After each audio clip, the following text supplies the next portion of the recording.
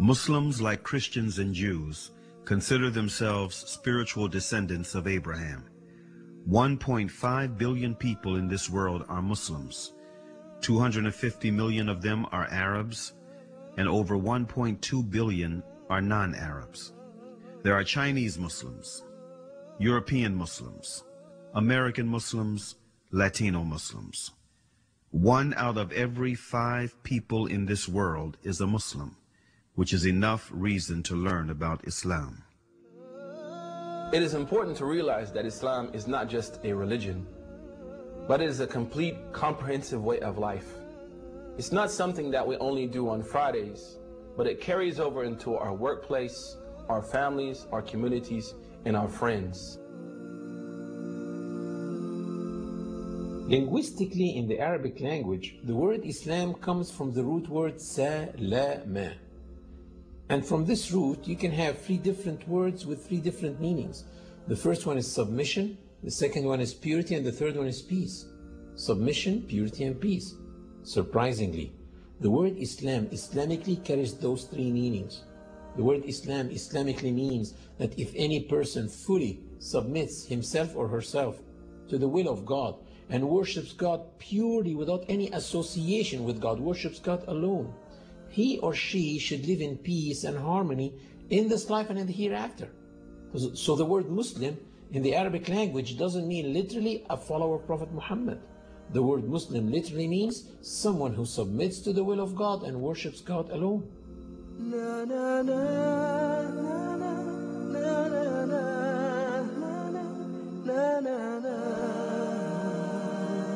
Muslims feel they are in harmony with the universe because the Quran mentioned several times that everything around them is submitting to the law of God and worshiping Him, while they are also worshiping and submitting to God. Do you not see that Allah is the one who is praised by all those who are in the heavens and in the earth? The very birds praise Him as they wing their flight. Each one knows its prayers and how to praise Him, and Allah has full knowledge of all their actions. The Quran stresses on the point of living in a worshiping universe, wherein every single being worships God in its own way, which may not be comprehended by man.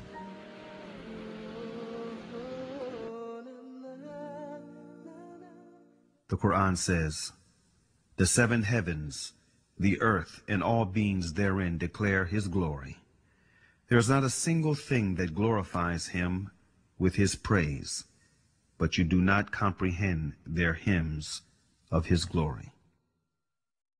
These verses become very inspiring for me when I hear the birds twittering early morning or at sunset. I say, oh my God, can this be their 2 prescribed times of prayer? Or when I go to the lake and I see the ducks swimming in a V shape like that, I say, can this be a congregation prayer that they do? And this duck in the front, can it be the Imam duck? I look at the creation like musicians in a concert. Each one is playing one instrument, but at the end, all of them are contributing to the same tune. The universe is in harmony.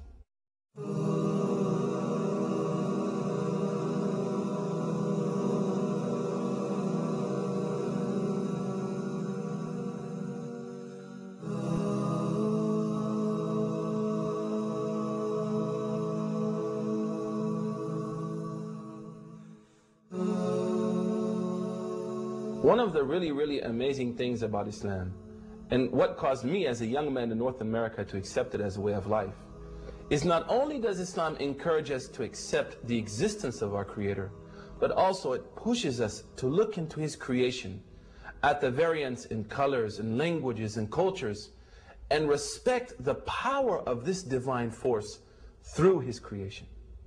One of the most basic facts in Islam and most important beliefs is that there is a Creator. And one of the ways of recognizing His existence and mightiness is by studying creation. The Creator said to those who believe and those who do not believe in the Quran, "In the creation of the heavens and the earth, and in the alternation of the night and the day, there are signs for people of understanding.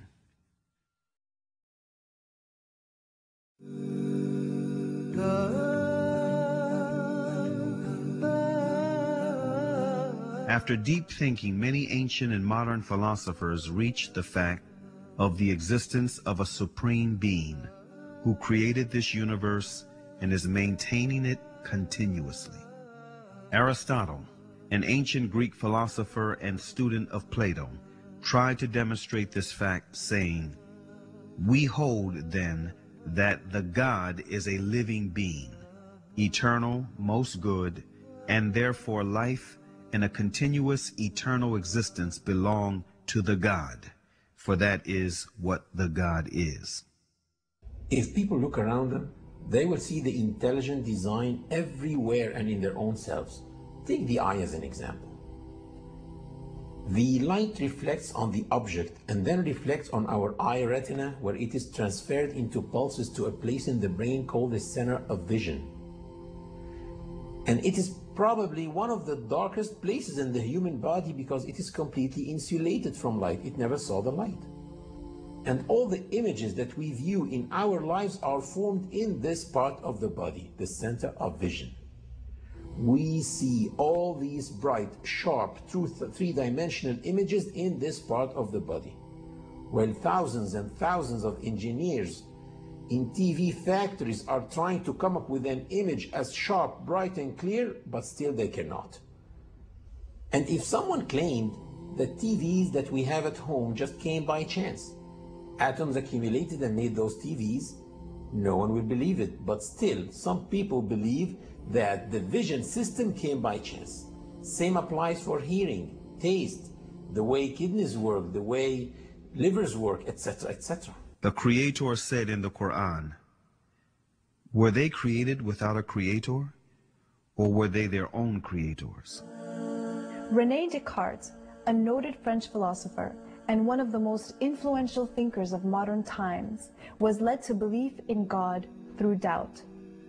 He doubted that there is God, but doubt meant to him that he thinks, which in turn meant that he exists, which therefore meant that he was created. And since he did not create himself, therefore someone else must have created him, and that one should be the source of life. Can I be the author of my being? Or can I conserve myself at the present time? If this would be the case, then the idea of a perfect substance would be caused by my own mind. In order for this to be, I should have to be God himself. As this, I am clearly not. Infinity is before finitude.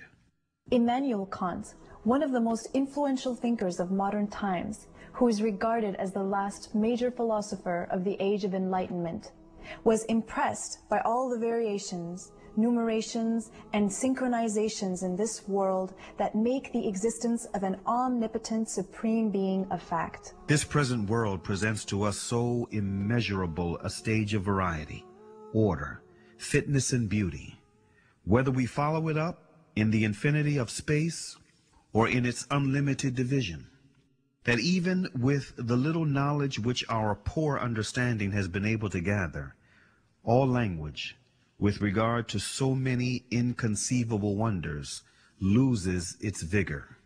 All the numbers, their